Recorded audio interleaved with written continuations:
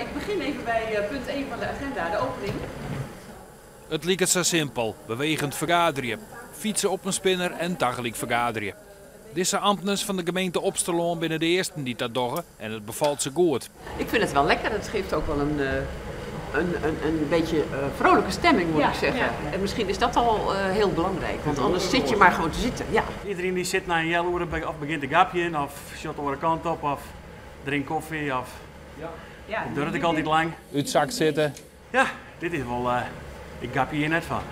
3 studenten die een sportopleiding bij de Hanse Hegeskwallen volgen, rennen stage bij het centrum Medifit in Beets-de-Zwerg.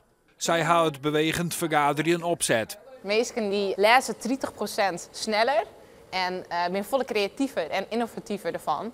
Omdat ze telkens aan het wegen bent. Dus die lichaam krijgt meer zuurstof. In plaats van was heel vaak juist in een vergadering, ze is maar in een soort muf hok. En ze is te zitten en Noob is bezig. En notuleren het eigenlijk, dat wil ik wel.